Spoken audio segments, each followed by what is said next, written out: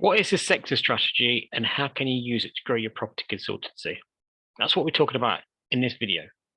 What I've found from working with so many small businesses is they're either focused just on one or two sectors or they aren't focused on anyone. Normally, the only reason for that is because those are the people that showed up when the business first got started and nothing since has changed. One strategy to grow using the sector strategy, or one strategy to grow, is to use the sector strategy by creating multiple niches for the business. And this is what we did in one of our businesses. So back around 20 years ago, we were based in quite a big tourist area. And so quite a few of our clients were hotel owners. We were well known in the hotel industry for the services that we provided. So we started to look and think about other neighboring sectors that we could work for. Now, it doesn't seem like an obvious choice, but we decided to target residential care homes. As a building, a residential care home is very similar to a hotel. They both have the exact same systems and equipment in place, but from a client perspective, they can see the connection between what we did with hotels and how that could help their business too. They both had a large number of bedrooms. They both had a dining room, a lounge area. They both had a reception area, and they both had kitchen and laundry facilities. So it was a natural progression that we should target that type of client as our new sector. But if you use this strategy in your own business, the key point is to make sure your existing business is operating okay already. What I mean by this is, if you start targeting a new sector, will you be taking resources away from that existing sector? Or will it be able to operate on its own? What happens most of the time when people use this strategy, they'll just move their attention away from their existing clients and direct that focus on developing this new sector. And that means their existing business actually reduces in size as they end up taking their eye off the ball. And when that new sector starts to take off, they believe it was a success, which it probably was. So they do the same thing over again.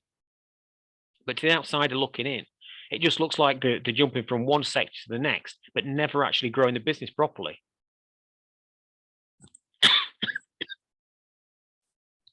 Instead of being in that sector, instead of being in that cycle of always jumping to the next sector, if they get things in place and have resources dedicated to both the existing sectors and the new sector, then the business will actually grow. And they'll see a massive increase in the overall business over, say, 3 or 4 years of following that strategy. Now, there's a step before all of this, which I need to talk about. And that is to first niche down on those customers and sectors that you already have. And what I mean by this is, from going through the place marker strategy, you'll have identified certain sectors or customer types that you can work with already. So niching down on these means basically setting up dedicated parts of the business for these groups. So in our case, before moving on to a whole new sector, we were already known for being the people to go to for hotel services. But that's because we'd created it that way. You might get set up, you might set up dedicated brand logos or separate websites for each type of customer. It doesn't matter so much as what you do, but just making sure that each particular audience believes that you're talking solely to them rather than what most businesses do and just offer general products and services to everyone. This comes back to knowing exactly who your customer is and then only focusing on them. So let's see how we'd use this in a property consultancy. So let's say your business is made up of lots of different types of clients. The first thing to do is we'll look for any common themes in your client list. Is there more of one type of company than another? Let's imagine we learn that the manufacturing businesses make up about 30% of your total clients. So we start out by creating what looks like a new business that's dedicated to serving manufacturing businesses. We might create a dedicated website, have a dedicated logo or brand. We might even give it a name that's just about manufacturing support. We also want to dedicate some resource to delivering that to that type of business. Because the aim in using this strategy is you're going to expand this part of your business by attracting more manufacturing clients to it. This might take up at least 50% of your total business in how you focus on developing it. And you'll operate that new part of the business, operating it as if it's a standalone business.